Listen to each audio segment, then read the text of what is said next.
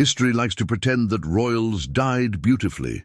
You know the story, kings and queens slipping away peacefully in their beds, surrounded by courtiers weeping gracefully before, being laid to rest in golden tombs that shimmer for eternity. But the reality, death is messy, unpredictable, and sometimes downright embarrassing. And when it came to royalty, their bodies often betrayed the majestic image they worked so hard to cultivate.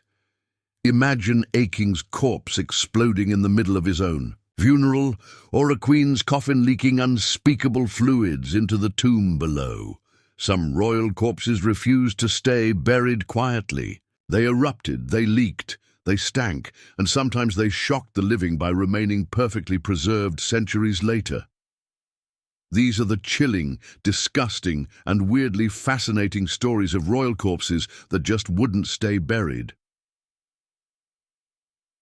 Let's start with William the Conqueror, the man who changed England forever in 1066 by defeating Harold at the Battle of Hastings. A true giant of a man both in reputation and in waistline, William carved out an empire that made him one of the most feared rulers in Europe. But while he was unstoppable in life, death had the last laugh. In 1087, after suffering injuries during a campaign, William's body was left in the summer heat before burial. By the time they dragged his massive corpse into a church for the funeral, it had begun to swell like an overripe fruit. The priests, panicked and ill-prepared, tried to shove his bloated body into a stone coffin that was much too small. And then disaster struck. The pressure became too much, and William's abdomen exploded, releasing a stench so horrific that mourners literally ran out of the cathedral, gagging.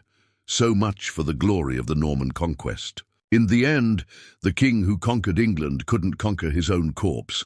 Now, Queen Elizabeth VI, the Virgin Queen, the mighty daughter of Henry VIII and Anne Boleyn.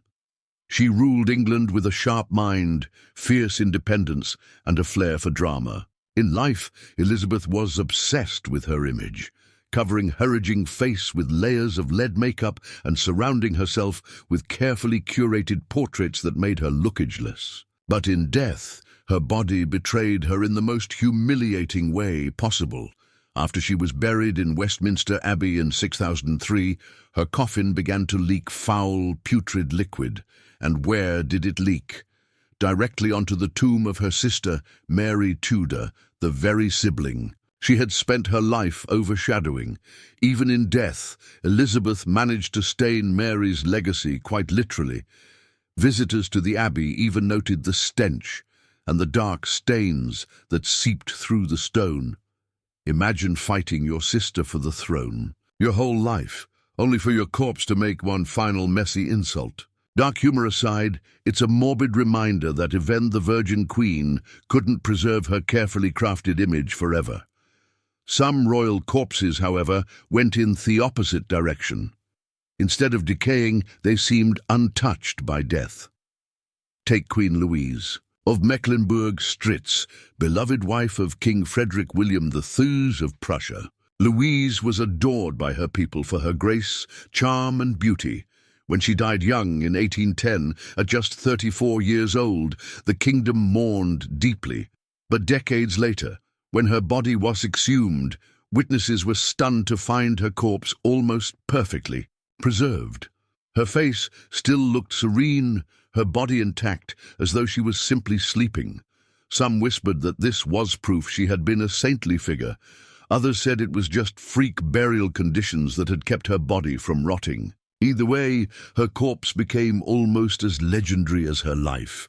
Unlike William the Conqueror's catastrophic send-off, Louise managed to remain beautiful, even in death. If anything, her body's strange preservation only elevated her to a near mythical status. She was quite literally too beautiful to rot. Now let's move to Rome, where the corpse of Pope Formosus had one of the strangest second acts in history.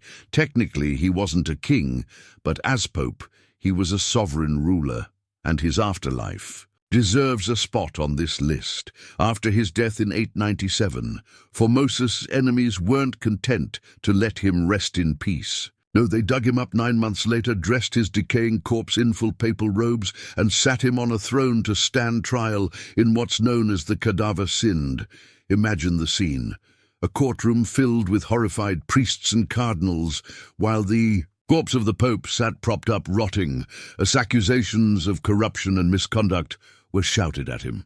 Unsurprisingly, the corpse did not put up much of a defense. The verdict, guilty. His papal garments were stripped, his fingers of blessing cut off, and his corpse thrown into the river Tiber. But here's the twist. The body later washed ashore intact, leading many to believe Formosus had been divinely protected. In death, he had the last laugh, a rotting, grotesque but weirdly victorious laugh. Napoleon Bonaparte was not the kind of man to fade quietly into history. The French emperor, who had once crowned himself and bent Europe to his will, ended his days in a lonely exile on the rocky island of St. Helena. Far from the glittering palaces of Paris and Versailles, Napoleon was reduced to a prisoner of his own ambitions, watched over by British guards who made sure the most dangerous man in Europe never escaped again. He died in 1821. Most likely from stomach cancer, though some whisper that he was slowly poisoned with arsenic by those who wanted him gone once and for all.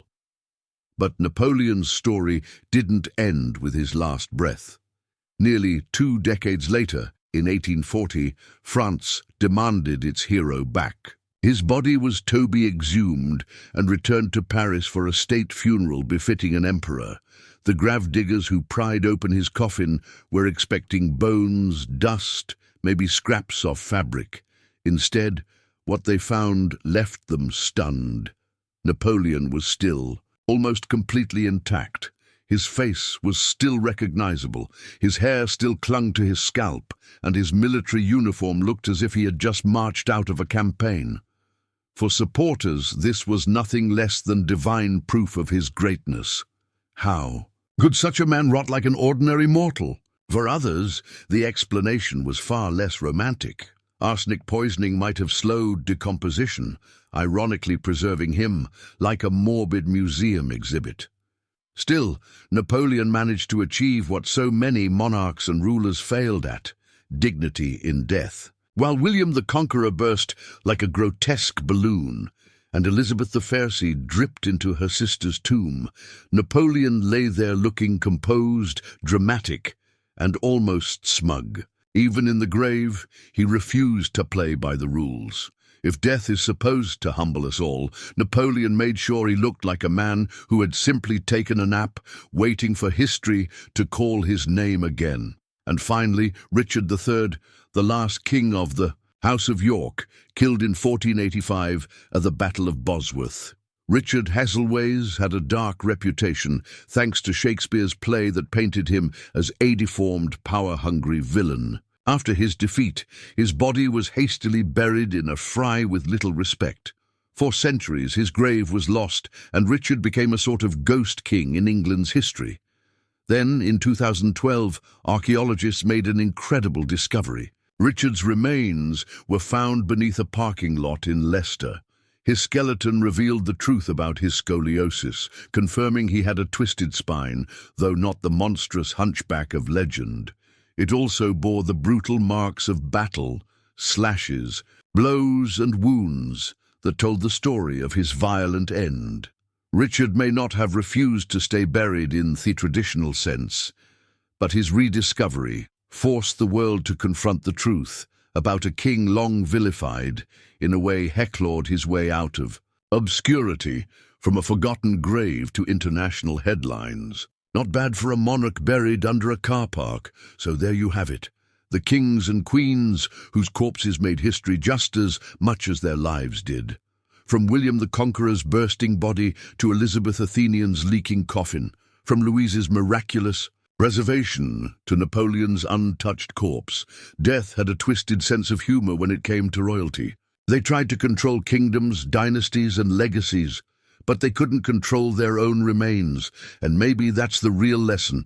No matter how high you rise, how many crowns you wear, or how many people bow before you, in the end, we all rot. Some of us just do it a little more explosively than others. Thanks for watching.